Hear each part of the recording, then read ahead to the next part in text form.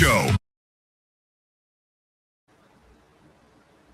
And we lost Okie. He must be hungover.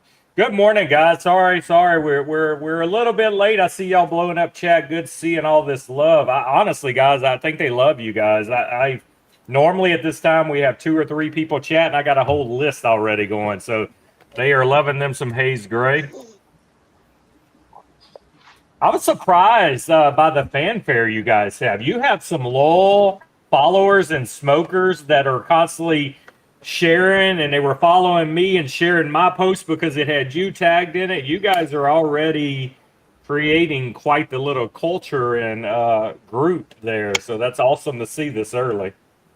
Yeah, we've created a good little community. Everybody's, like you said, loyal, and we just appreciate everybody that's been helping us out, get our name out there, and it's just been it's definitely a love relationship. Like our loyal customers and consumers and even retail partners have just been a great road and great partnerships that we've created. And it's very new, right? 2024, if I'm seeing right on the logo, is when you guys. Was that when the idea started, or was that when the first cigars were coming out? What does the 24 represent? 2024 is when we actually launched, April 1st, okay. 2024. We started really kicking the idea around in 2023. And then it was just, blow the hatchets, and we were just rocking and rolling. Well, and then here we are, and that's a great segue, because I want to touch on a question right now that a lot of people may not realize, but I want to go back to the beginning, because there is War Dogs, and then now there is Haze Gray. So how did the whole journey start, and then how did we go from War Dogs to Haze Gray to where we at now? How did all that twist up? It was definitely a stressful 6 months. That's for damn sure. So we all have dogs. Our family is big dog lovers, and so we wanted to keep a military theme-ish. So we went with War Dogs. At the time, we were looking at doing bourbon and cigars, so we were known as War Dogs Bourbon and Cigars. Right when we launched, we had someone that wanted to join the team, and he did his homework and said that both War Dogs Bourbon and Cigars were available. Go ahead and use it. So we started buying shirts, merch, right? Like stickers, things to help get our name brand out there. And then we went to trademarking, and within seconds, our attorney was like, "Nah, you can't use War Dogs at all." So he pulled up a website. We sat down. He started showing us there's a War Dogs Cigars already, and there's a War Dogs Bourbon already. So the cigar War Dogs, they're a box manufacturer, but because they were categorized in cigars, we couldn't use it. Luckily, we were only 6 months in, so we had to kind of put our heads together, and we sat down, and we were coming up with names, and we always kept going back to that Haze Gray. It's a military term, it's a Navy term, and we're like, yeah, let's go with it, And so we became Haze Gray Cigars, and we're waiting on our paperwork. It's already been finalized, just waiting for our paperwork to get here. Now, will the newer cigars do away with the War Dog on the labels, or are the cigars okay to be called War Dogs, just not the company? Yeah. We asked him that, and he was like, "Now, you guys, War Dogs can be your core line, can be the name of your cigar, but you just can't use it as a company name." Okay. Right, totally so there fine. was a slight pivot, but not a total rebrand of everything you'd already. Well, that's good. Yeah. It caused a little bit of confusion at first, and even today we get, because War Dogs, you guys, and even on social media when people share stuff, everybody will call it War Dogs Cigars, and but for the most part, everybody's on board and figured it out. Yeah, and that was one of the confusions for me, because I was thinking you guys were 2 totally different companies several months ago before we started talking, because your War Dogs you're not seeing Haze Gray logo on, and Haze Gray you're not seeing. So it's like, is it 2? Is it the same? So that's good. Yeah. That's definitely good that that's one of the first things we talk about. Hello, chat. We see you still coming in here. And then you kind of touched on the next thing I was going to say. Okay, what's Haze Gray? But that comes from your Navy service. That is a military term.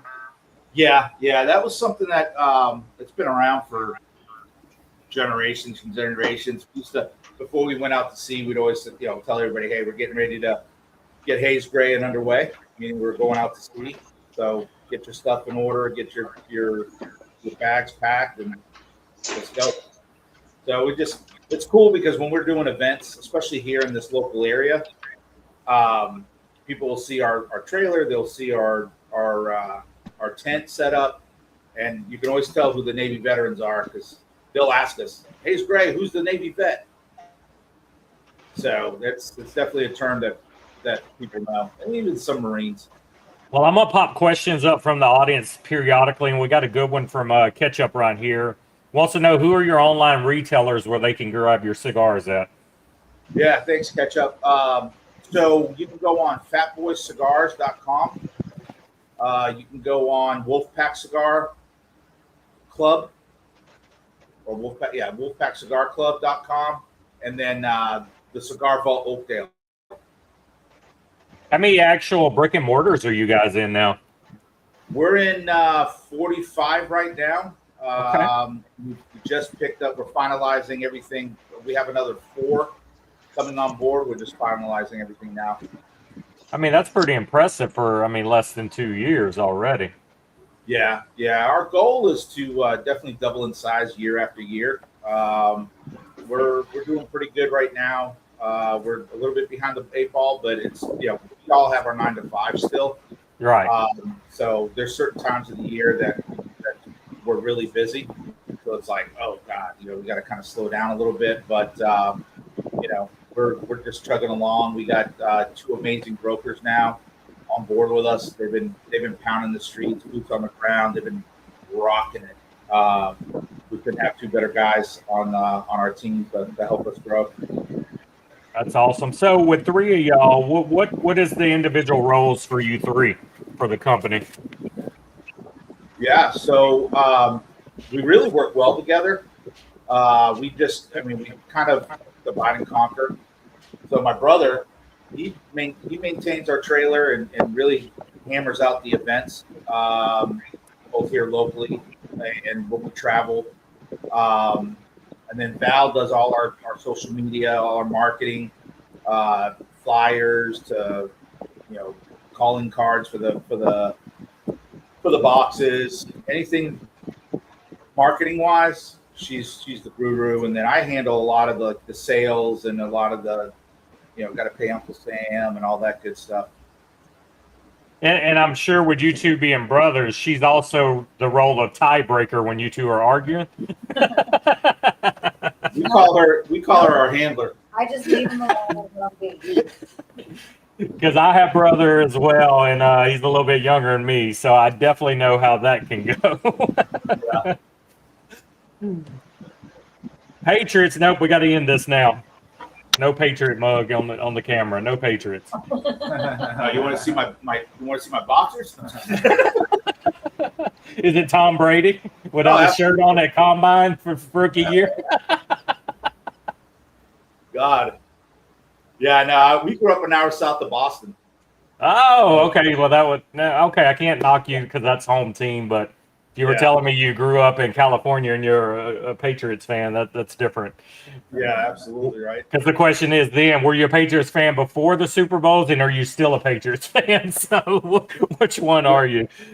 Everybody was making fun of. Well, my brother's a Bears fan, but everybody was making fun of me for a while there when the Patriots weren't doing so well, and I was fine with it because that means all the bandwagon jumpers were leaving the ship. Right? They were all jumping ship, so it left us core loyal fans left to be like, okay, we remember the bad days. It's okay. Let these fair weather fans kind of jump ship, and we can have our team back. Well, you always know when you're a true fan. Like me, I'm a Saints fan. Okie in here is a Cowboys fan. And when you can say you're a fan even during all these bad years and before and after, and you still rock it and say, that's my team, yeah, you're not lying. You're a glutton for punishment, but you're not lying. So Yeah. Well, 2 short years, guys. You guys have a pretty diverse portfolio already. You got a wide range of cigars, the blends, the makeup. It's crazy. Let's see. He done popped in with a new camera. Apologies. My iPad crashed, and I remember why I don't do these with the damned iPad. But yeah, so you got a lot of different cigars, a lot of different blends.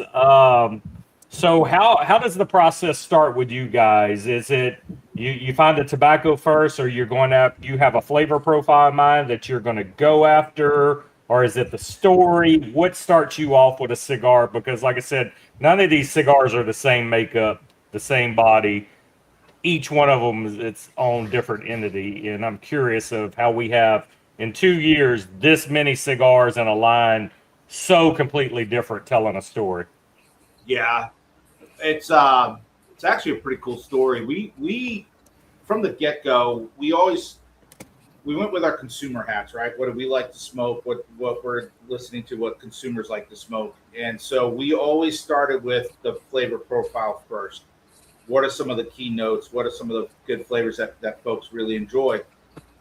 Our first manufacturer, although great experience, we went in, so hey, these are the notes that we want. Um, you know, we basically just knew about the traditional tobaccos, the Nicaraguans, the Dominicans, the Hondurans. And so they kind of blended it for us, and we did our little taste test. Okay, yeah, give us a thumbs up. We're in the mindset that we want to know our game plan for years to come, right? And so when we left our first manufacturer, we already had about 6, 7 blends put together, and we're like, okay, we'll just release them slowly but surely. So when we rolled out our first cigar, which was the Brotherhood, it was a great cigar. People were enjoying it, but we have one cigar. Well, then my paranoia started setting in, and I told my brother, I'm like, bro, we're not covering the masses. Like this is going to be scary, right? We're only coming out with one cigar. Right. So we rolled out the second blend shortly after that, which was the Admiral, medium plus. And then it was like we were putting our cigars out there, and there were people that really don't smoke strong cigars, right? They want mild. So then here comes the paranoia again. So we rolled out our mild. And then it was like we're listening too much to the masses, right? Before you know it, we were out with 6 cigars. We didn't wait like we had our game plan to wait. And then the Patriot was the last one to roll out, and that was my brother's idea. He comes over all the time, and my brother's like, hey, man, I got an idea. He's like, the last cigar we have, why don't we designate that cigar to helping out the veteran community, the dog community? I'm like, that sounds like a great idea. So we started doing some homework. And so the Patriot, for every Patriot we sell, we donate a certain percentage of that cigar back to 2 nonprofits that we teamed up with. But then we're sitting on our hands, right? We're like, okay, what are we going to do for our second core line? Along comes our new manufacturer. And something that my brother and I have always said is to separate ourselves. We wanted to think outside the box and kind of play outside the box. And a good dear friend of ours, John Aldi, he's mentored us. He's coached us along, helped us get in the lounges. I got a message from a manufacturer out of Nicaragua. I said, hey, John, have you ever heard this guy? He goes, why are you looking at other factories? He's like, you got one right there in your backyard and right there in your community. And so I was like, can you make the introduction? And he did. And it was exactly what we needed because it's, again, the second core line, the Busla and the Mount Dumad. That's what we're striving for is exotic tobacco. So we went down to his house. We sat down for a whole day, smoked about, 20 little fumos and just rocked it out. And we walked out of his house. When we left the hotel, I was like, hey, we're going to walk out of here today with 2 blends at the most. And we're going to be rocking and rolling. And then we walked out of there with 7. Again, it was just one after the other. And it's like you said on the card that we sent with the cigars, it's a lot different. I mean, right. We're going to be playing with tobacco from all over the world, countries that that some people haven't even dreamed about using yet, and that's what we wanted. So, and again, when we went in thinking notes and what consumers may want. We put those two things first, and then everything else comes along: the names, the boxes, the bands. Then we kind of sit down and we've always said we wanted to tell our story through our cigars. So the bands kind of tell that story as well, along with the countries that are in the cigars. Yeah.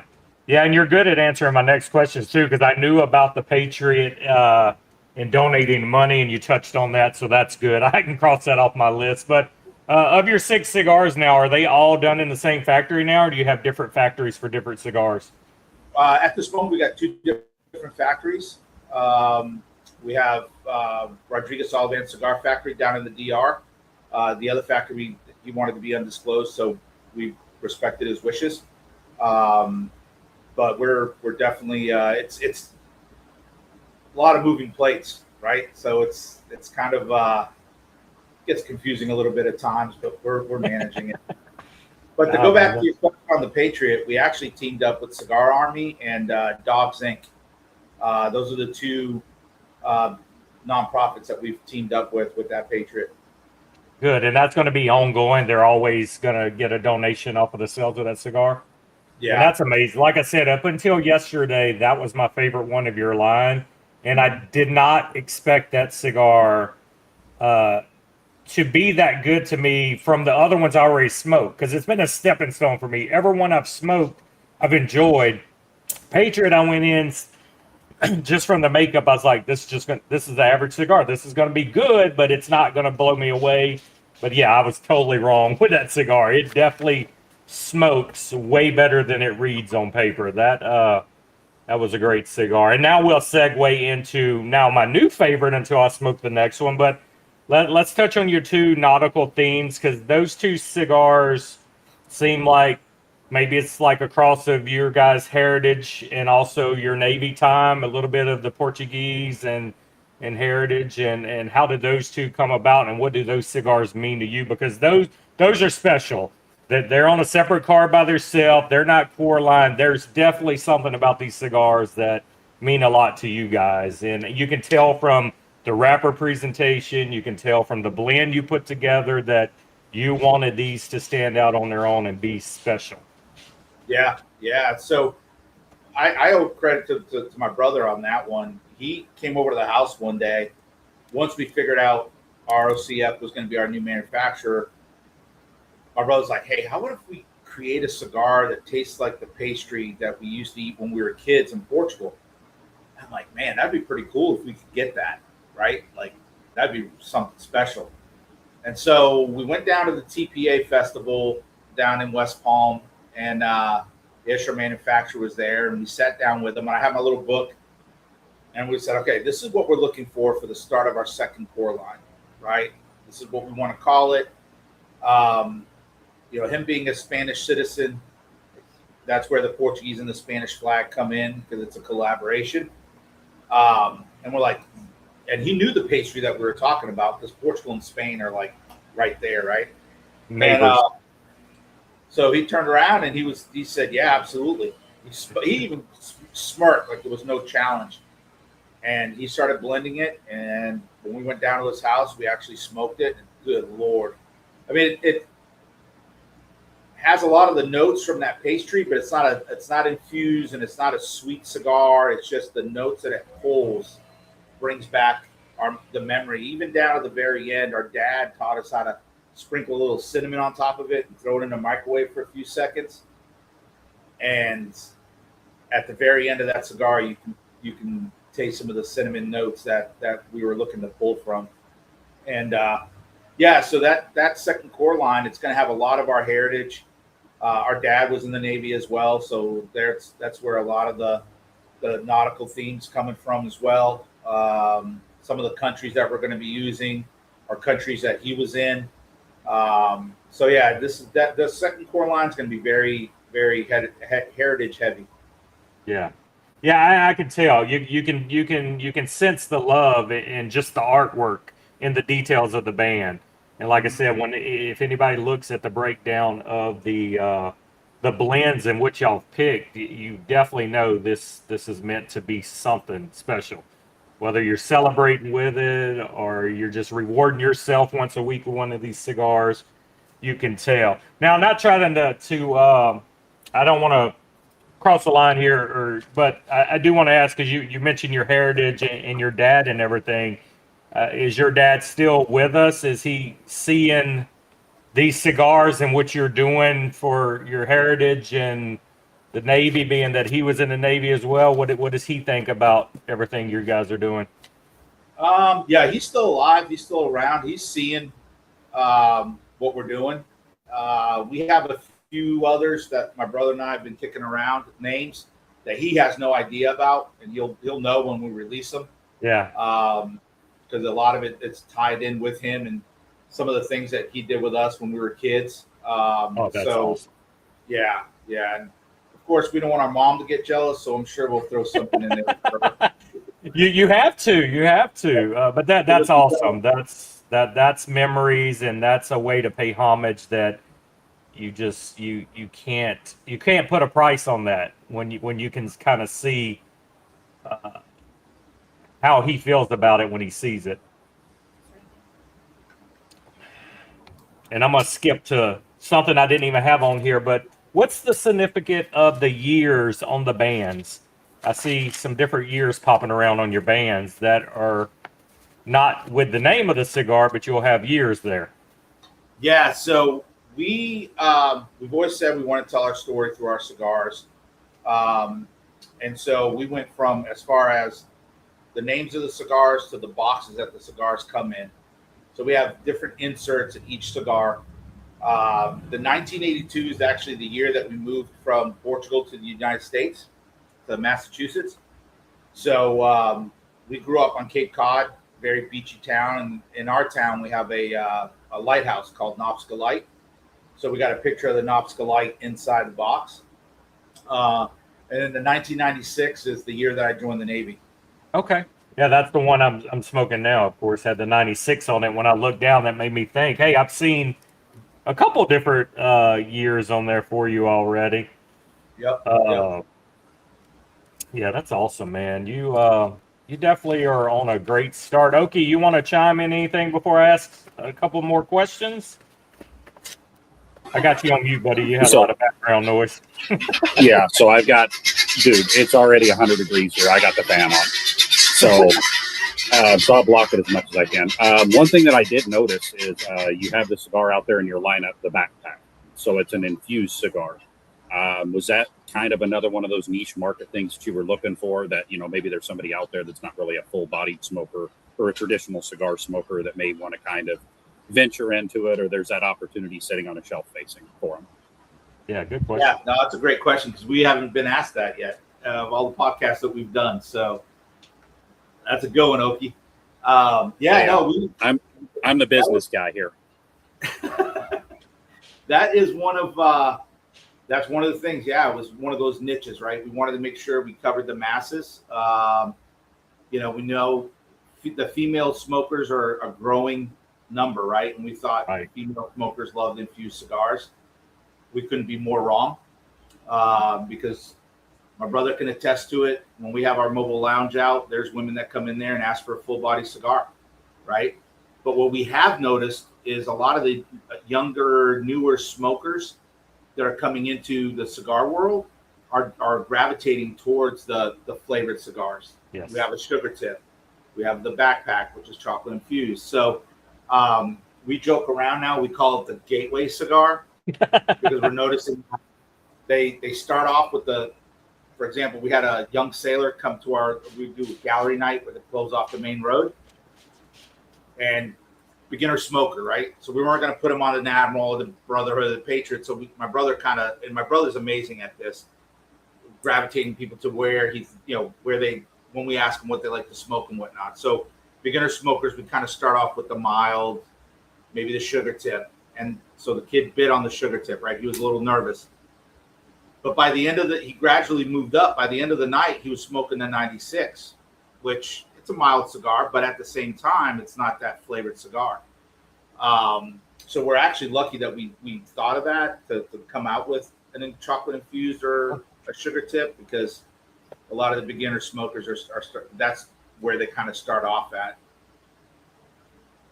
Yeah, I find that's good. I keep a few around just for that instance. Every now and then, the wife and her friends have a few drinks, and it's like, I want to try a cigar, and I'm like, no, I'm not going to give you one of these expensive. So I don't care if you throw this one. And also new people that come over to my house when we have parties that never had cigars, and if you give them a cigar that's too strong or too harsh, man, you're going to run them. They're not going to try another cigar. So they're not going to be able to pull flavors. So I'll throw like a Fat Bottom Betty or a Nub Coffee or a Java or something, a Tabac, where they smell the sweetness, they immediately light it, and they're like, "Oh, these are good." And I'm like, "Okay, you keep doing those for a little while, and we'll step you up, because it will run them off if you give them something they're like, this tastes like I'm smoking mud." I mean, it's like they don't have a palate yet, but they can always enjoy and pick something out on that. So that was actually genius for you guys to do that. How's the reception been on it?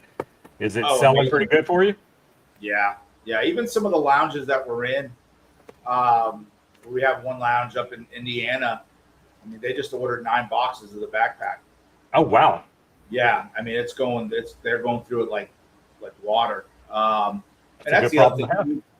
Yeah, and that's the other thing too. Like we want customers for life, right? We want to give them a good experience. We don't want to run them off, like you said. You know, it's definitely, we want to coach them through it and have them come back for more and watch the progression and as they're going down that rabbit hole of cigar industry, right, and learning things about cigars and leaves and makeups of blends, and we want to see them grow, and we take pride in that, right? We help them get to that stage. So we never make people feel stupid or dumb for asking questions. There's no such thing as a dumb question, especially in the cigar industry. I mean, We're learning every day, right? So we definitely want to make sure that everybody's respected and everybody's treated the same. Whether you're aficionado or you're a beginner, everybody gets treated the same, and we make sure that, even like when we're not at events, when people reach out to us online, on Instagram, on our webpage, we treat them with the utmost respect and make sure that's how it should be. You want to be approachable. This is your business, it's your livelihood, and that's one of the biggest things I love about the boutique brands. We can reach out to any of you guys, and normally we're going to get a VP or owner of the company. Somebody's going to reach back out. Somebody's going to answer the question. You guys are accessible. You care. And you're not going to get that from some bigger companies out there that are the top tier, be all, is all of cigars. And I love the boutique industry, and that's where it's at. Somebody in Indiana says, what lounge? Because he lives in Indiana. Okay. So we're in Middlebury, Indiana, cigar lounge called Slow Burn. Great lounge, great community up there. We're actually heading up there November 7th for a cut night. We did one last year there, and man, it was a hit. We had such a great time, and the lounge is just unbelievable. Good deal. And you guys, you have the War Dogs Mobile Cigar Lounge also, right? Yep. So y'all do the cigar, and y'all do rolling yourself, or y'all have somebody there rolling. So who's the better roller out of the two brothers? Well, we're neck and neck. So what came first though? Was the Mobile Cigar Lounge first for you guys, and then the cigar company, or it was hand in hand at the same time? You were like, hey, let's get out there, do these events, and promote our cigars now with a lounge, mobile lounge. Yeah. It was pretty close. It was neck and neck, right? So we started the cigar brand. My brother was living up in Massachusetts at the time when I was coming up with the idea of starting a cigar brand. And, I knew I couldn't do it by myself. And that's where Val and Pedro came into the picture. So my brother came down. He'd come down every winter, and he was getting ready to go back home. He's like, hey, I'm going home. I'm going to sell my house, and then I'll be back down here, and we'll rock and roll together. And I was like, let's do this. So he came down, he went back, sold his house beginning of July of 24. He was down here by middle of July. And he came over to my house one day. He goes, "Hey, have you seen these mobile cigar lounges?" I was like, "Nah, what are you talking about?" So he started showing me videos on Instagram, and we put our heads together. I'm like, "Man, that'd be pretty cool if we could use that to like really get our name out there, right? Start traveling the Panhandle and just working this area, getting Haze Gray out there, or War Dogs at the time." So we went out, bought an enclosed trailer, and for the whole month of August of 24, he did nothing but just work on that lounge, inside and out. And then our first event, I think, was the end of August, beginning of September, and it's been a great hit.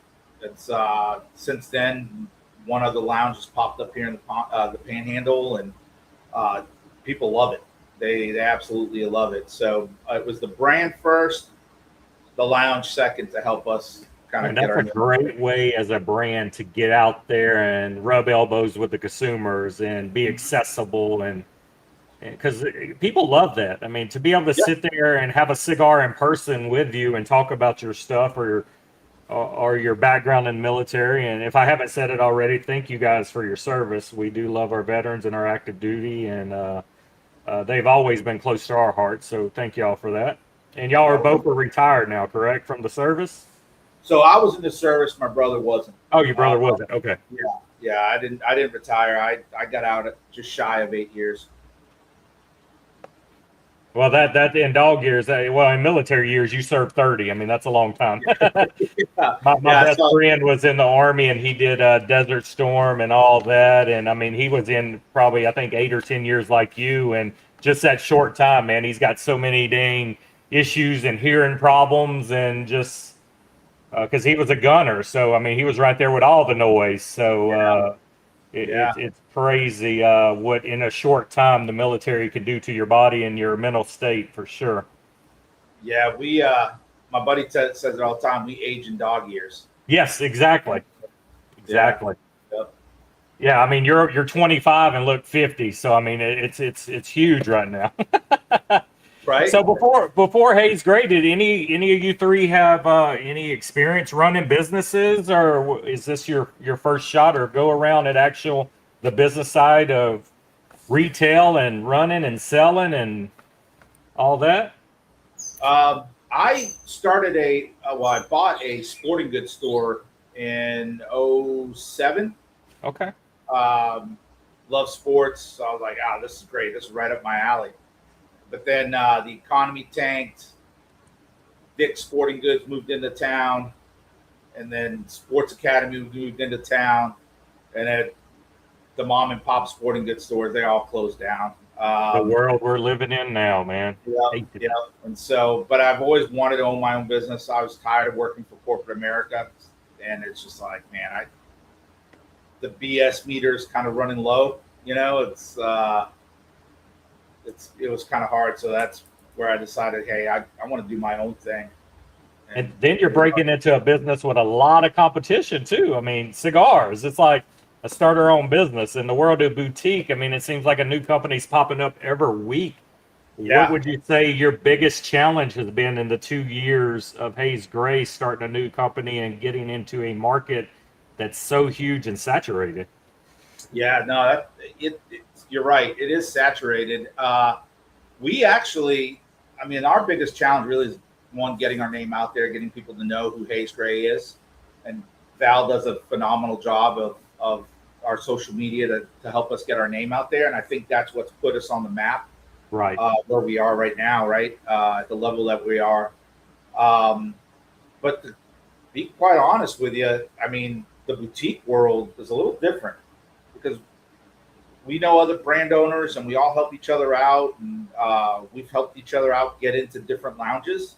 You know, if we get into a lounge that we feel like, hey, they might be a good fit here too, we'll call them up, or you know, they'll call their one of their reps and help them get in there. You know, so it's as saturated as it is.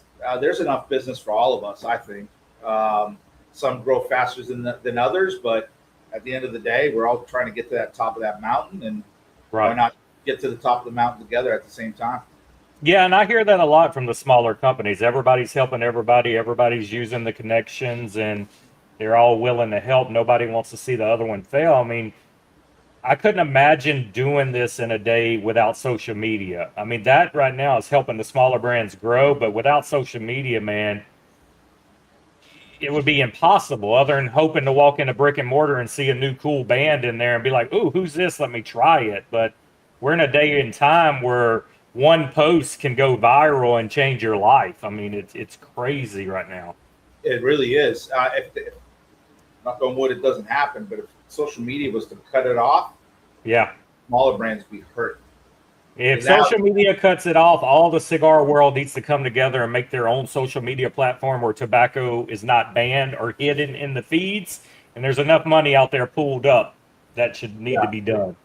Yeah, because we get dinged on stuff all the time. Oh, yeah.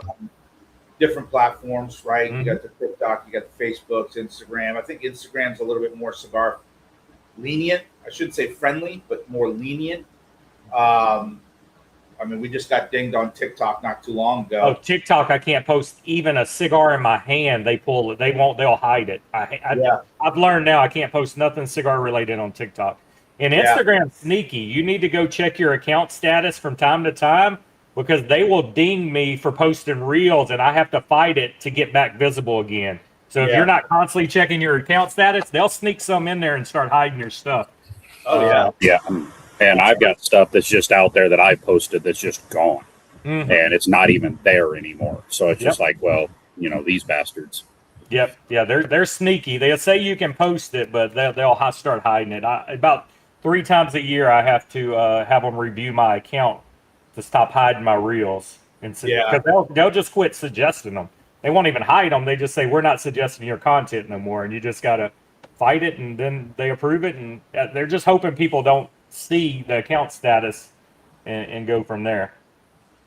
Yeah, it's wild. Like, I get agitated when we're sitting there and I'm scrolling through Instagram or Facebook or whatever, and you see a woman breastfeeding a kid, and that's okay. Yeah. But to talk about cigars, something that is relaxing and a great community, great culture, gets dinged all the time. It's like, it ain't even the breastfeeding videos now. I can go through the reels and you'll see women completely topless, just like whoop, flash. And it's like, how are you not nuked yet? And they'll have like 6-figure followers and they don't take their stuff down. Yeah. I don't understand it. It's crazy. Crazy. So being a new boutique company, what do you think sets Haze Gray apart from all these other ones people can try? One thing I'll say, you're not a gimmick. There are some people that will put out military themed cigars that never served, never did anything. Yours is true to heart. You're a veteran. You're also using your Portuguese background. All of that is relatable. People love when you tell a story. People love when the cigars mean something. So other than that, what can you say will set Haze Gray apart from all the other boutiques out there? Yeah, that's one thing that we've said from the get-go. We are veteran-owned, proud of it, but we want to be known for our cigars first, right? We want people to say, hey, Haze Gray's got great cigars. Oh, and they're veteran-owned too, right? Yeah. That's like the icing on the cake, I guess you could say. But I think it's backwards, though. I think it's backwards. I think more people are going to buy your cigars first, knowing you're veteran-owned, to see if they're good. I think that's a major selling point. Anytime you tell me a company's veteran-owned, I want to try it. I want to support, and I'm hoping it lives up to what it should be, so I can support more. Yeah. So I think it's backwards in that aspect for you guys. I got you. Yeah, I guess you're right. But yeah, setting us apart from the other brands, I really think that it's the tobacco that we're using now. I can see that. It's different. Yeah. I mean, and it's endless because our new manufacturer, he's constantly searching the world for new tobacco and exploring different countries. I mean, we were joking with him the other day, like, when are you going to start getting tobacco from the moon? That's like the next step, right? And so he definitely put it to you this way. I was watching a video on YouTube. There's the 50 most interesting things in Massachusetts. And I'm like, I'm going to see what they got to say about us massholes, right? So I'm sitting there watching, and all of a sudden it says the western part of the state grows tobacco. So I text, this is 10:30 at night. I text messaged them. I said, hey, how come I'm only finding out now that Massachusetts grows tobacco? And the only response back to me was, you never asked. So now it's like, he's got our minds going so much, and we're always thinking, we're always like, what about this country? I wonder if they got something. And you come back and tell us, great tobacco, good for filler, not for binder or wrapper, right? Like, we just constantly throw ideas at him. So the sky's the limit with him, right? So I think that's one of the things that really will separate us from the other boutiques, is the notes that we're able to pull and the tobacco that we're able to pull. Because especially when my brothers work in events, like the Demonge du Mod has got Zimbabwe tobacco. And when he gets to the binder, which has got Portuguese tobacco from the islands of Portugal, and then as soon as he gets to that filler and he says Zimbabwe, they're hooked. Yeah. Nobody's ever tried Zimbabwe tobacco before, right? And then the Bussola has got Pennsylvania Ligero. And that's a tobacco that from what we understand, we're the first ones to use it in a cigar, because the farm that he gets it from, they discard that leaf. They trash it. So when he went in and bought all of it, what they had, they kind of laughed him out of the farm. Like, this guy doesn't know what he's doing. And that leaf really takes that cigar to that next level. Yeah, if you're looking at, I mean, all the U.S. grown stuff, especially the Pennsylvania Valley, you're exactly right. I mean, a Ligero was not really a desired leaf just because the flavor profiling was bad on it. I mean, you only had certain leaves off of that plant that were even worth anything. And you got guys like Nick Melillo and things like that just gravitate toward it. Like you guys are talking to Massachusetts leaf. You know, Nick is from that Pennsylvania area, and he just wants to use the stuff that's local. And, you know, I don't know how much of that stuff you can find. He might have it all. But again, you know, I mean, I find it interesting that you're jumping off and, you know, doing like Zimbabwe, because here years ago, I mean, like even a Sumatran leaf was, you know, really, really, it was difficult to find something that was blendable. You know, I see you guys use a lot of Brazilian tobaccos, and sometimes Arapiraca or even some of their the Oscuro off of it can be a very difficult leaf to work with to get a good flavor profile. So, you know, I am finding it very interesting, you know, looking through your blends and everything like that, that you guys kind of uncork a wayward shot every once in a while inside of that blend and just kind of see where it lands. And looking forward to getting some of that wild stuff. But we'll definitely be looking out if you guys find some Pennsylvania Ligero out there that's going to hit. Yeah. I mean, and just to give you an example, like one of the things that when we went and blended with him, we're for some future blends that we got coming out. We got Zimbabwe, Mozambique coming, Cameroon, some Italian, some French. It's just. Well, we got to have Boston now. I mean, now we know there's Boston tobacco. We would, yeah. We got to have our Celtic cigar. Come on now. Yeah, we might have to call that one the Big Green. You're going to have to put a Candela barber pole with that Boston wrapper. So. You're on to something. I'm telling you, man. I'm telling you. Come on. I'm not buying it. Oh, come on, Cowboys fan. No, it's a hatred toward the Red Sox.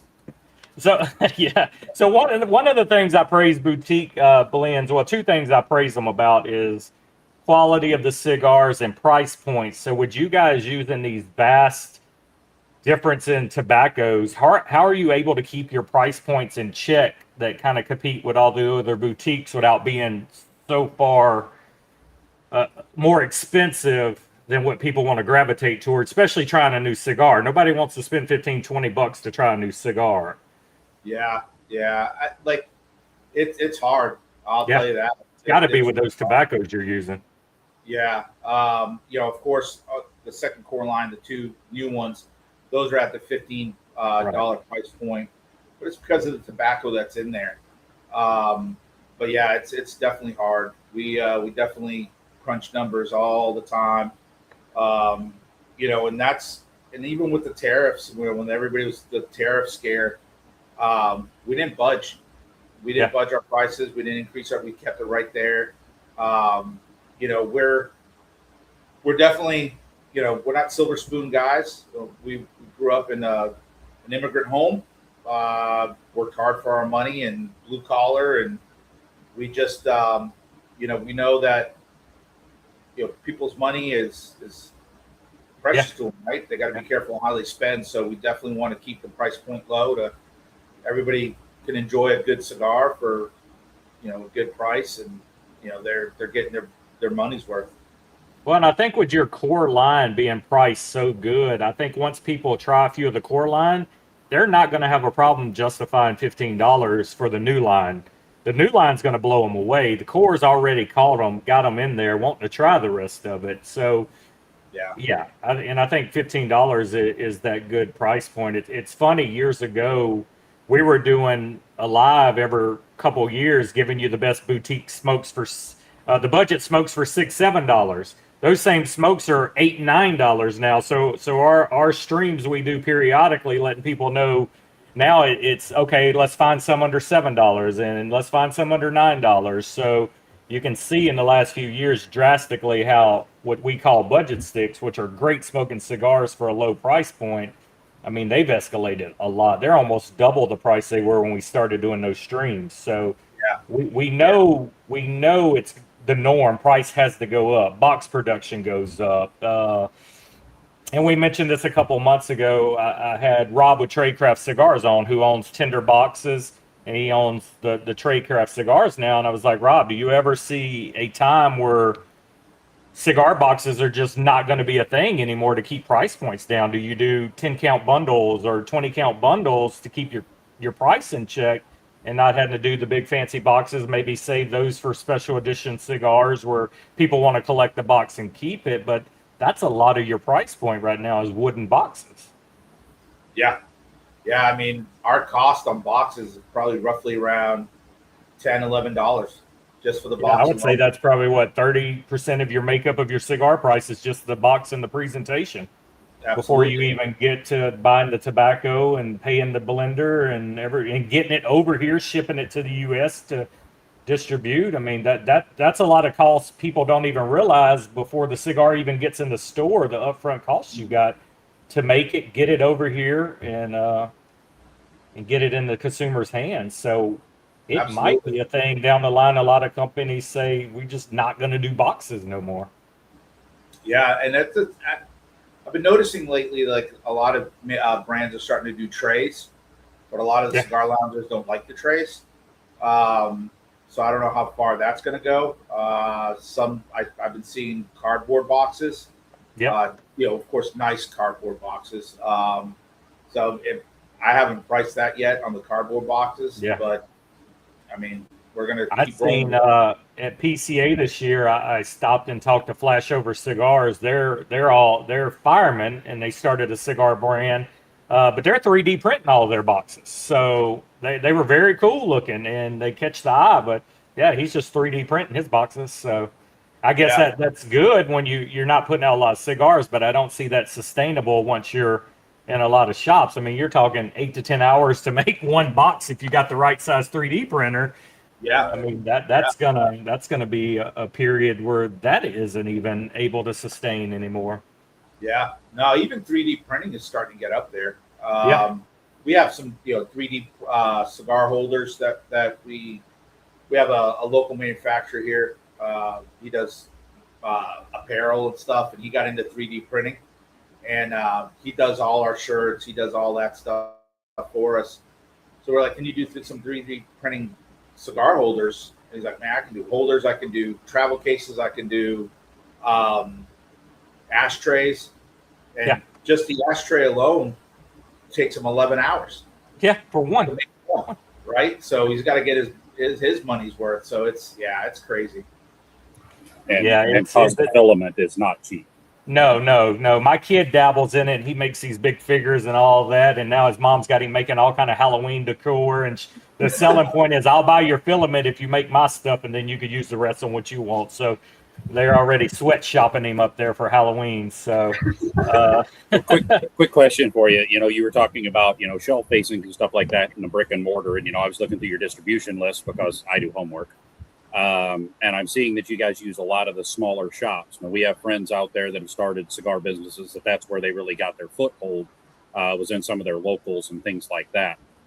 Do you see yourself sticking with more of the smaller guys that are out there that have an online presence, or are you potentially looking at linking in with a bigger distributor to put you guys out there a little bit more? Yeah, no, we're starting off small, getting our feet wet, right? But we're definitely targeting the bigger distributors as well. We're talking to a couple of them right now. So we're feeling comfortable with our product, with our strategy. The one thing about us, and it's something that, we love our partnerships, right? And when we get into, especially with the smaller retail shops, we want to build a relationship and a partnership first. We follow some of our retail shops. We follow them on Facebook, the personal pages, right? We're seeing their kids grow up. We're seeing, life events just like they're seeing ours. And so I feel like we're building a good relationship with the partners that we have now. We just don't want to be buy our cigars, see you in a month. We'll take for your reorder, and then we don't talk to them for a month. It's hard sometimes sometimes you're so busy that does happen, but it's definitely, we try to communicate as much as we can. They try to communicate with us as much as they can. So that's really what we want to do first. We want to build a solid foundation of retail shops that we really have a strong bond with, and then kind of gradually grow. If it's a slow growth, totally understand. But at the same time, my biggest fear, and I can honestly say for all of us, it's dropping the ball on one of our partners.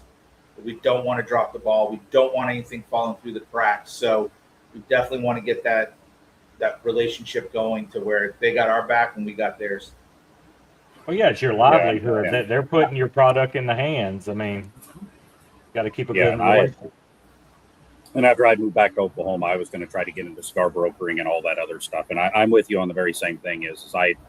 I'm not the kind of person that just wants to drop stuff off and then it's just like see you in a month whenever it's time to pick up the check and you guys to put another invoice in my hands. And it just, to me, that felt soulless, and I couldn't bring myself to do that.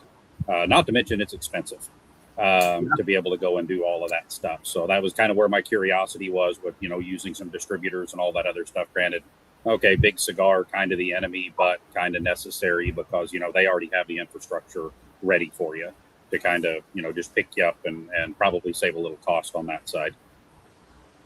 Yeah. Yeah, you guys are super hands-on between the mobile cigar lounge, the social media. You do different events and festivals, the Smoke Fest and all of that.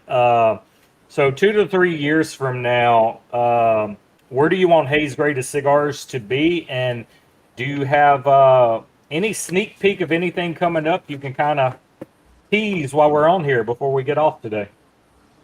Yeah, no, in 3 years or so, definitely more lounges.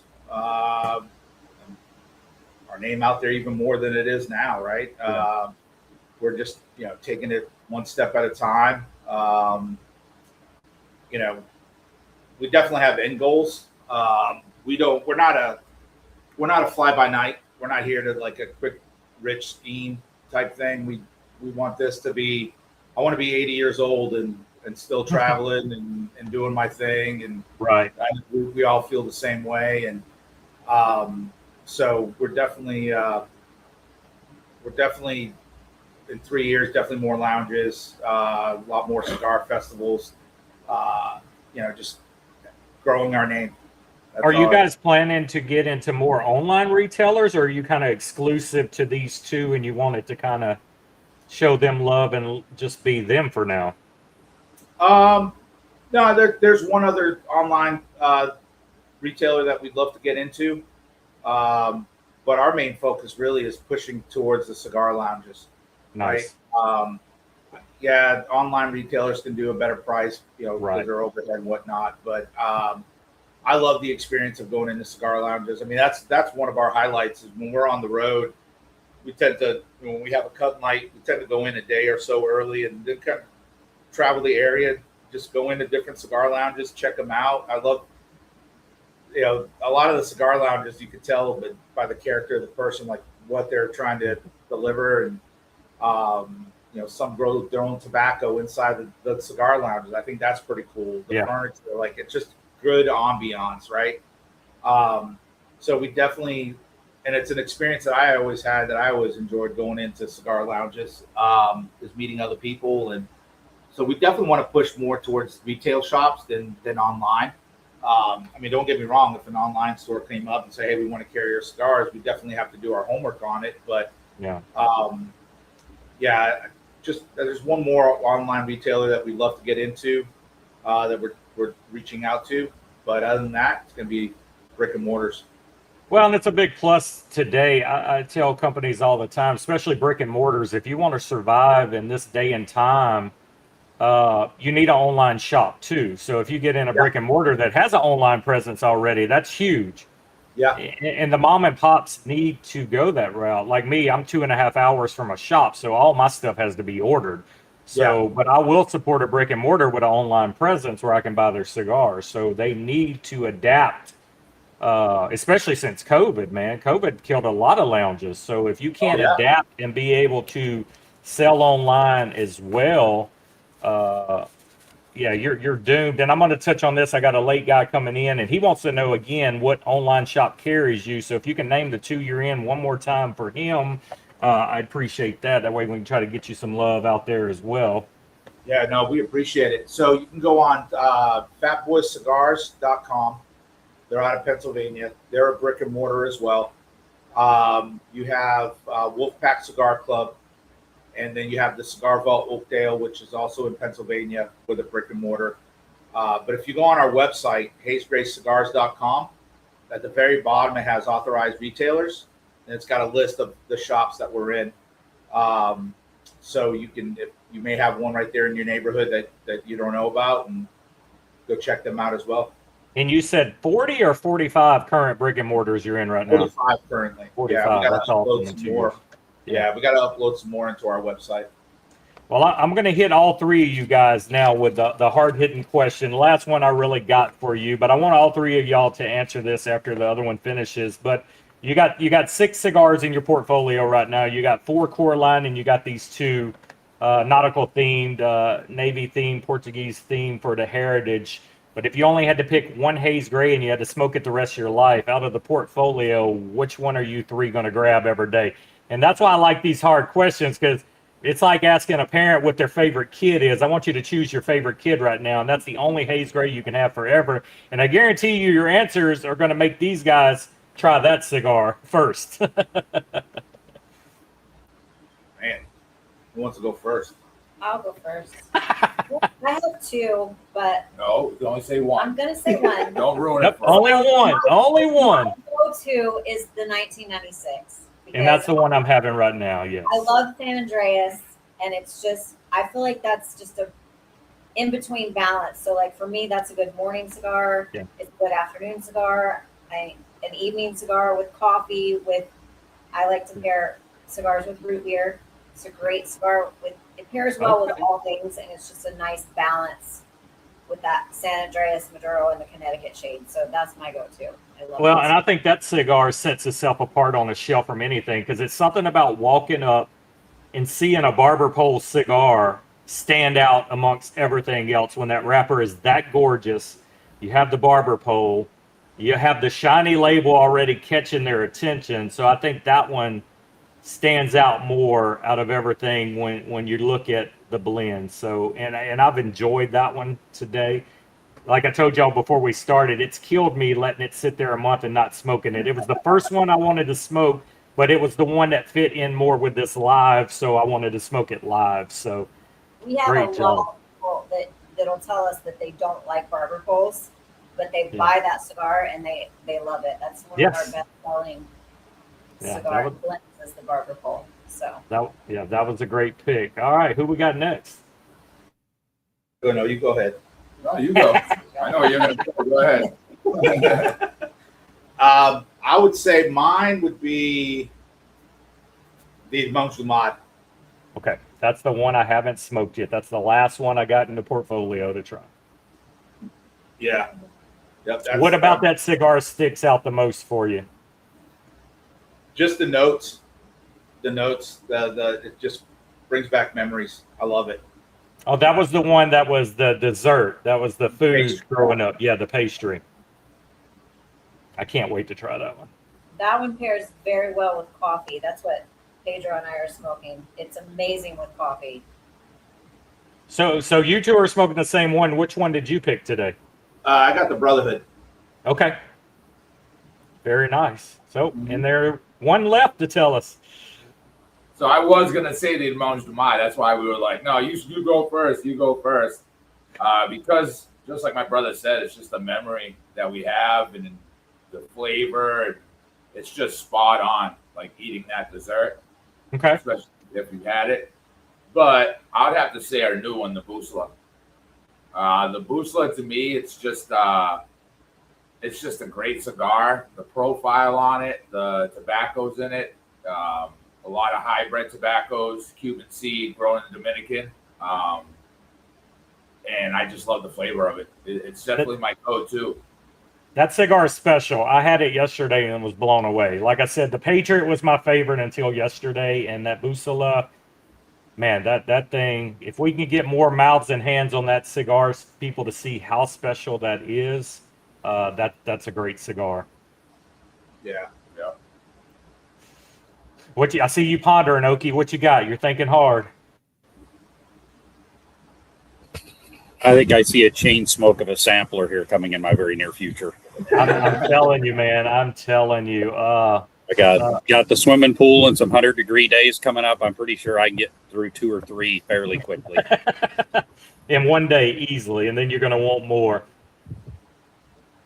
Well, is there one question? I know Okie had a question earlier, and it made me think of this. Y'all said you've never been asked that question before. Is there a question that you never get answered that you wish people would ask more so you can get that information out there? Is there something that just never comes up in all these interviews and you're like, man, we're missing telling them something because they're not being asked? It's a hard question. That is a hard question. What we're here for. I actually asked that question on a podcast the other night. Like, what is something that never gets asked on a podcast that you would want to know Right. about your kids? But I don't know. It could be one little detail out there that hooks somebody that hasn't tried your product yet that they're like, oh my God, that's very personable. I love that answer. I want to try their product now.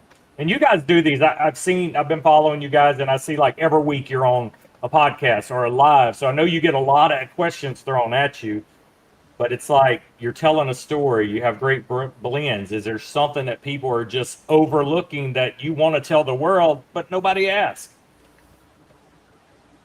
I can't think of anything really. I mean, unless it's asked, right? Right. I want to say Okie's question was spot Yeah, on. that was great. I'm jealous I didn't come up with that, honestly. Yeah. Well, good, because I got another one once you guys finish fumbling the football here. Yeah. Well, they're the Patriots, so there's a lot of lost opportunities these days. So. It was tucked. It wasn't a fumble. Hey, I will say, Okie, we were in the town that Emmitt Smith grew up and played high school ball in. Well, Okie's still stuck on it. Did Dez catch it or not? So Dez caught it. Dez caught it. We just needed to get Crybaby Rogers to go further in the playoffs. That's all. Oh my goodness. So, what's your next question that's going to stump them, Okie? Okay, so because I like to know what everybody's palates are and stuff like that. So I ask everybody that smokes, what's your go-to cigars and all the rest of that stuff. So that way I can kind of help give them a couple more recommendations as to where they want to try next. So when you are not smoking Haze Gray, who do you drift toward?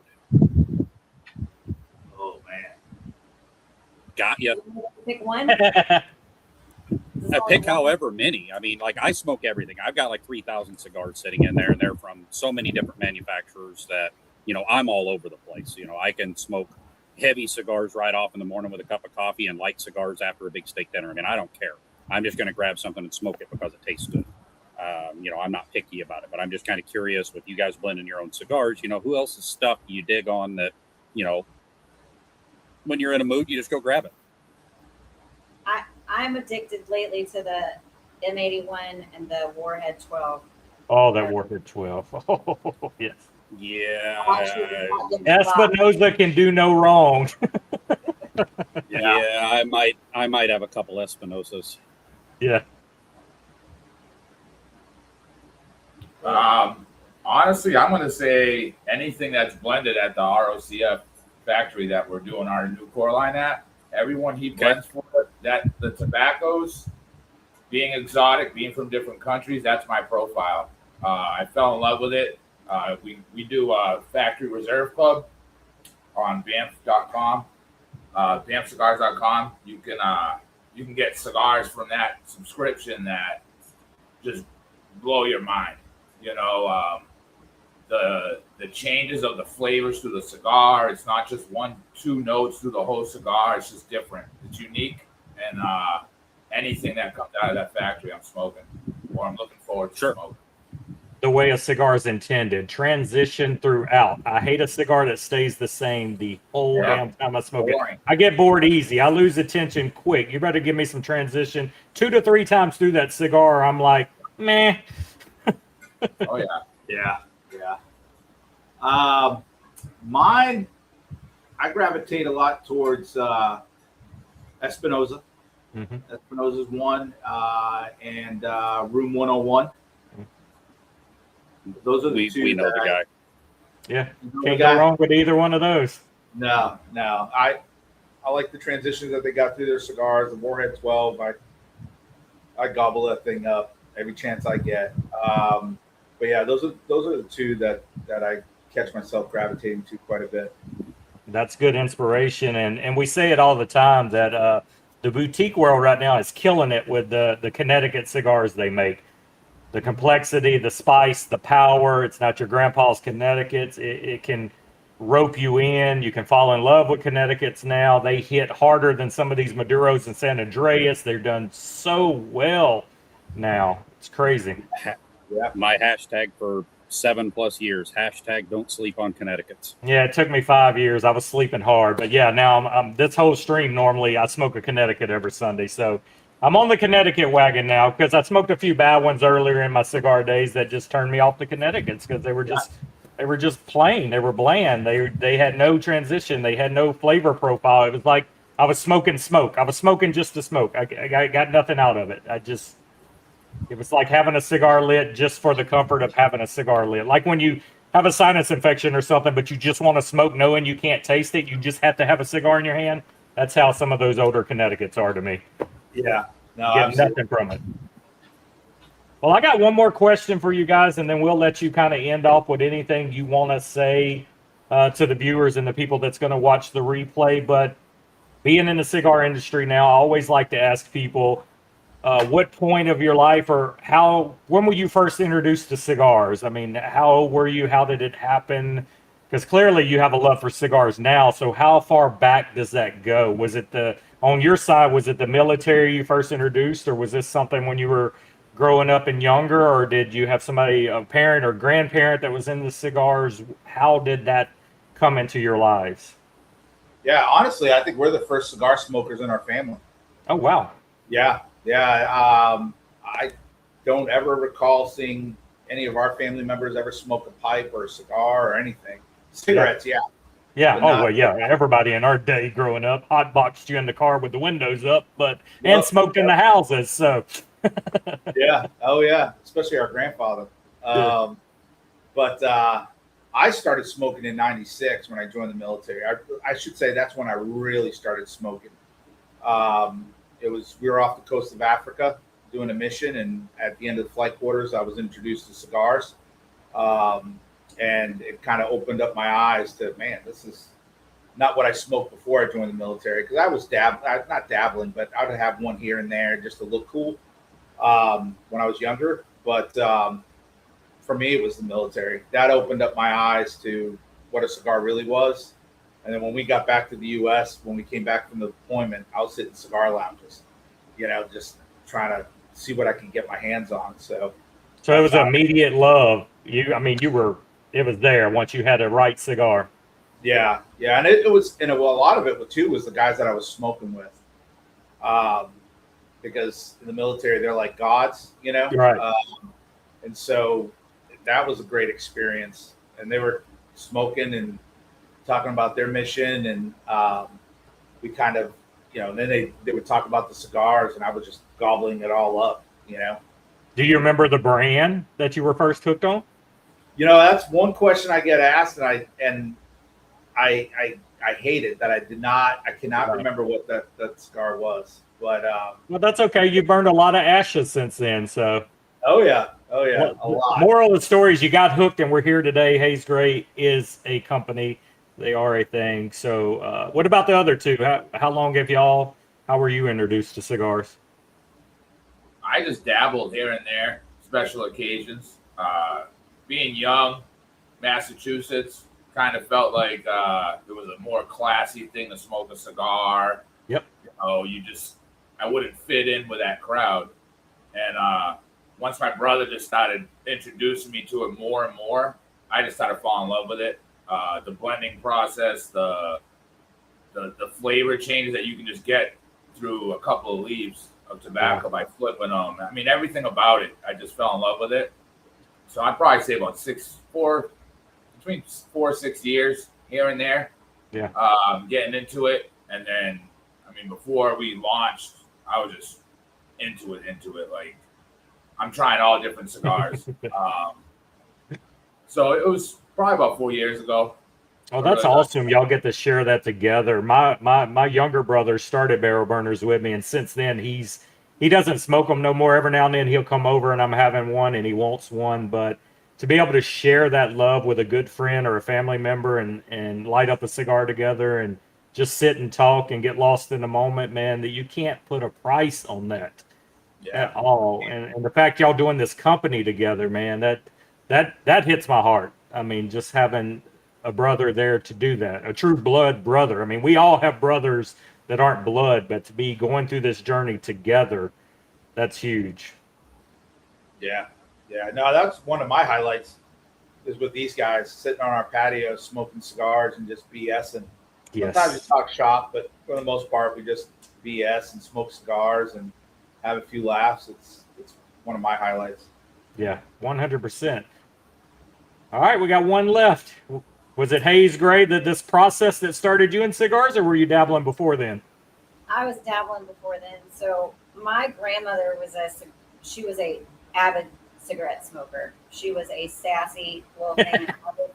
I always thought she was so cool smoking her cigarettes all the time. She always had her red leather hats, and I was about to say that everybody had the little cigarette carriers with their coin purse attached in the 80s and stuff. Yeah. She always had the coolest accessories. And then her husband, my grandfather, was a tobacco pipe smoker. So that's like that smell. He would pack his pipe. It was just that aromatic. And her brother had a tobacco farm in Sumter, South Carolina. That's where we spent our summers. So I would play on the tobacco farm. So that was like, in the barn with the hanging tobacco and the piles and like the miles of the tobacco growing. So that was like my summer memories, was playing on that tobacco farm. And then I was a hairstylist and I used to smoke cigarettes. I don't anymore. I tried to stop and I started smoking clove cigarettes. So I would smoke cloves all the time. And then I started smoking. They're so bad for you. My go-to was a mocha java, or I would get like wine-infused cigars because we would smoke them out at dinner. My boss was a huge Dewar's Scotch drinker with cigars. So like we would, after work, go to dinner, smoke cigars, have drinks at the salon. So that was kind of where I got more into cigar smoking, and it was just like celebratory. So I've kind of like smoked them on and off. But since Haze Gray, these two have schooled me, got me involved, and my palate has definitely grown. I don't do infused anymore. I love to like go through the different blends and try new blends, and I enjoy a good cigar. So it's And fun. now you're a daily cigar smoker, and your legacy, you were meant to be in this business. I mean, a tobacco I farm know. growing up. It's crazy. That was like wild to me, but my dad's like, who would have ever thought? I'm like, I don't know. That's amazing. That is a tidbit Hey. you don't know until this interview. That's awesome. That's a legacy, guys. Y'all got to listen to this woman, okay? Well, and I was just going to say, That farm, because his kids didn't want to have anything to do with it. He had 3 children and they sold it. Oh, Yeah. So I'm like, oh, if only. That so was our first question I'm- I heard. Is he still only Yep. farm? No, he Yeah. sold it. Damn it. No. before the cigar boom, they got out at the wrong time. Yep. Right? I'm just going to go out on a limb and say she's more of a savage than the other two. So I mean, Oh, those 100%, cigarettes. I mean, 100%. I bow down. I tried those a couple of times and thought I was going to die. I'm too big for that. So Oh my God, I Yeah, smoked yeah. the Dejarum cloves. I love those things. oh Yeah. yeah, you're more than of a man than anybody on this podcast right now. All right, guys. I know it's Sunday morning. Everybody's got family and stuff to do today. Is there anything y'all want to touch on that we did not get to? And there's anything left you want to say to the viewers before we cut this thing for the day and get the replay up for everybody that watched that didn't want to wake up this early? Yeah. No, I appreciate you giving us this time. First and foremost, thanks for having us on. It's been a pleasure. It's been a great Sunday morning for sure. We'd like to thank everybody that came on and viewed, and our consumers and our retail partners. This couldn't happen without you guys. So we really appreciate everything, all the support. And then one of the final things really is like a shameless plug, really.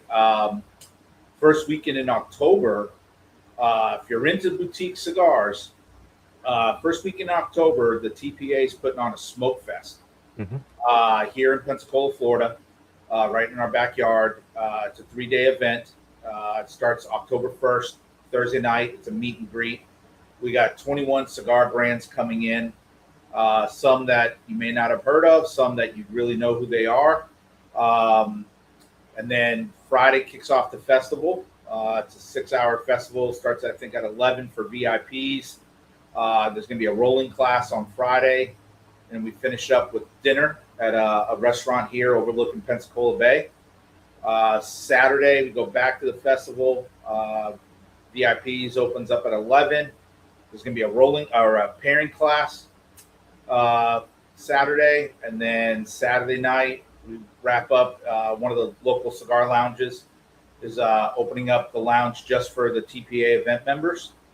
So it's going to be a fun-filled weekend. We got food trucks, cigar accessory vendors. You can go on tpa.rocks/events to purchase your tickets. And there's we got blocks of rooms reserved for people to make reservations, and it's going to be a good time. Sounds like a good time. And then y'all, what y'all need to do after that event, y'all rest up for 2 weeks, because 3 weekends from them, October 24th, y'all should pack up, come to Nashville, and celebrate our 8th anniversary with us in Nashville. The 2 weeks ago, we were on your show. We were traveling back from a cut and light in South Carolina, yeah.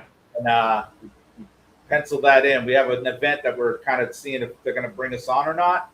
But if they don't, we'll definitely. Yeah, we'd love to have y'all there, and maybe you could even get in that lounge while you're there. You could kind of network and try to get in Cigars Abbey. They're a big boutique presence in Nashville, and that's kind of why we picked that lounge. We wanted to be somewhere that was more boutique oriented and had all the cigars we smoke already. But yeah, we would love to have you guys there hanging out with us and mingling and getting your name out there a little more. Yeah, no, we appreciate it. Yeah, we'll definitely we'll keep you posted for sure. Yeah, do that. Well, that's all I got. Oki, you got anything else before we send them off? I do not. It's been fun. All right, guys. Well, everybody stay put. Chat, thank you for being in here today. We had a hell of a showing, and we will see you next Sunday, Coffee and Cigars Live. Make sure you're following Haze Gray. Get out there and check those sites. Check your brick and mortars.